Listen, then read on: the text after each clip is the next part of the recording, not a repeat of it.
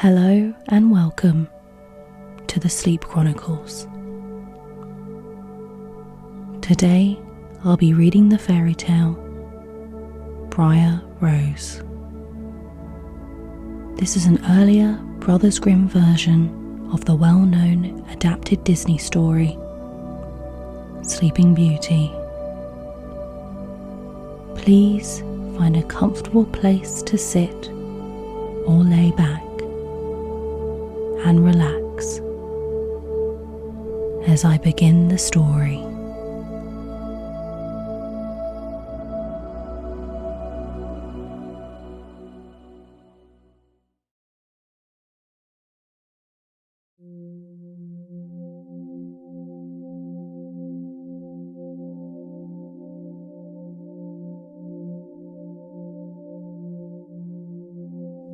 A long time ago, there was once a king and a queen whose only wish was to have a child.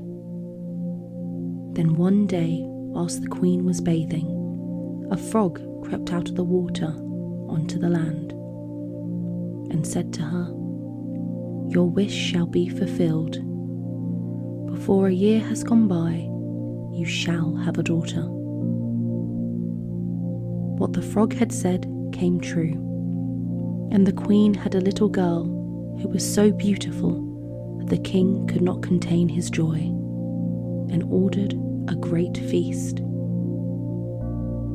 He invited not only his kindred, friends, and acquaintances, but also the wise women, in order that they might be kind and well disposed towards the child. There were 13 wise women in his kingdom, but as he only had 12 golden plates, one of them was not invited to attend. The feast was held with all manner of splendour, and when it came to an end, the wise women bestowed their magical gifts upon the baby. One gave virtue, another beauty, a third riches, and so on, with everything in the world that one could wish for.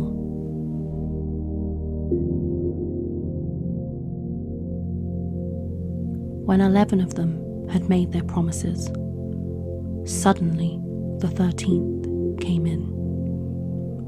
She wished to avenge herself for not having been invited, and without greeting or even looking at anyone, she cried with a loud voice, "The king's daughter on her 15th year shall prick herself with a spindle and die." Without saying a word more, she turned around and left the room. They were all shocked, but the 12th, whose good wish still remained unspoken, came forward, and as she could not undo the evil sentence, but only soften it, she said, "It shall not be death, but a deep sleep of 100 years, into which the princess shall fall." The king, who would fain keep his dear child from the misfortune, gave orders that every spindle in the whole kingdom should be burnt. Meanwhile, the gifts of the wise women were plenteously fulfilled on the young girl, for she was so beautiful, modest, good-natured, and wise that everyone who saw her was bound to love her. It just so happened that on the very day when she was 15 years old, the king and queen were not at home, and the maiden was left in the palace quite alone. So she began to wander the castle, looking into rooms and bedchambers, just as she liked. And at last she came to an old tower. She climbed up the narrow, winding staircase and reached a little door. A rusty key was in the lock, and when she turned it, the door sprang open.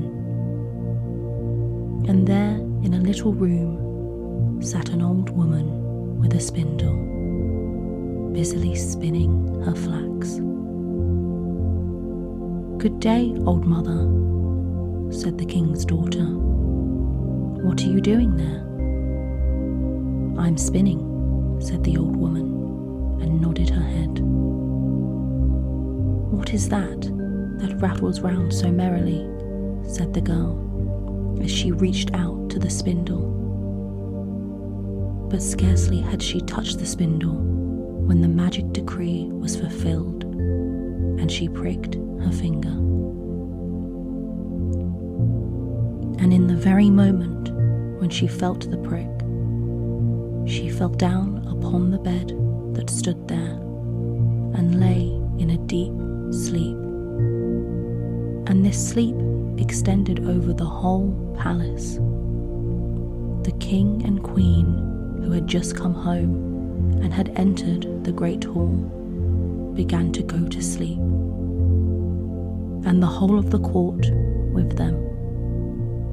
The horses, too, went to sleep in the stable, the dogs in the yard, the pigeons upon the roof, the flies on the wall. Even the fire that was flaming on the hearth became quiet and slept.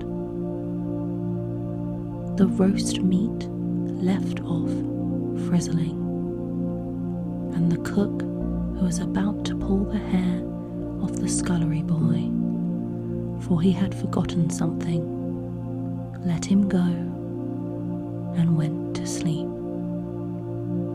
And the wind fell, and on the trees before the castle, not a leaf moved again.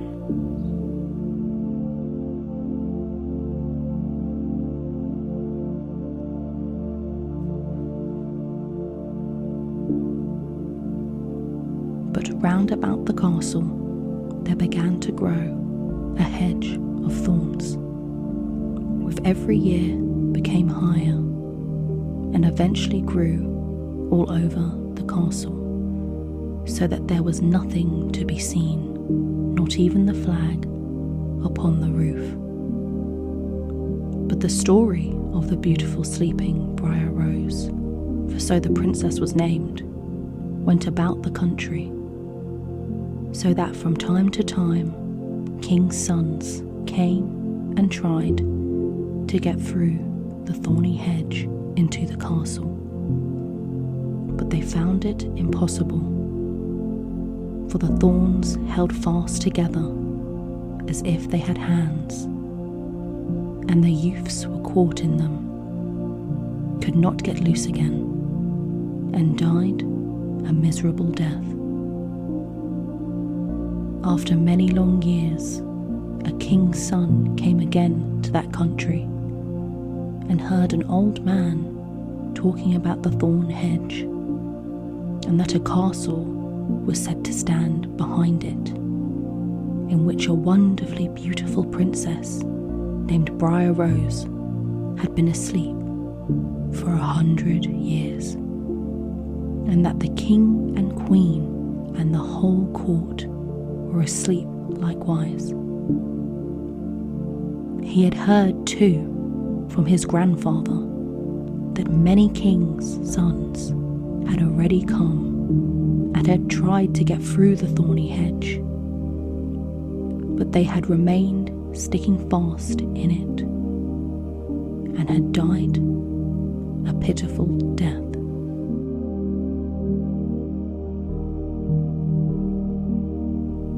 Then the prince said, "I am not afraid. I will go and see the beautiful Briar Rose." The good old man tried to dissuade him, but he would not listen to his words. By this time, 100 years had just passed, and the day had come when Briar Rose was to awake again. When the king's son came near to the thorn hedge, it was nothing but large and beautiful flowers, which parted from each other of their own accord, and let him pass unhurt. Then they closed again behind him like a hedge. In the castle yard, he saw the horses and the spotted hounds lying asleep. On the roof sat the pigeons with their heads under their wings, and when he entered the house, the flies were asleep upon the wall. The cook in the kitchen was still holding out his hand to seize the boy, and the maid was sitting by the black hen which she was going to pluck. He went on further, and in the great hall he saw the whole of the court lying asleep, and upon the throne lay the king and queen.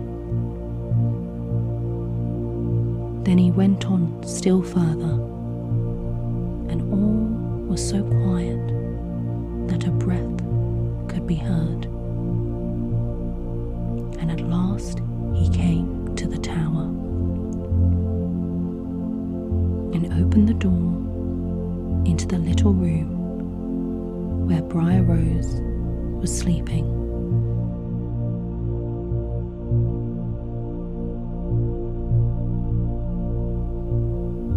There she lay, so beautiful that he could not turn his eyes away. And he stooped down and gave her a kiss. But as soon as he kissed her, Briar Rose opened her eyes and awoke,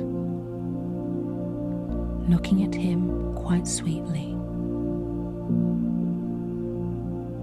Then they went down together, and the king and queen awoke, and the whole court,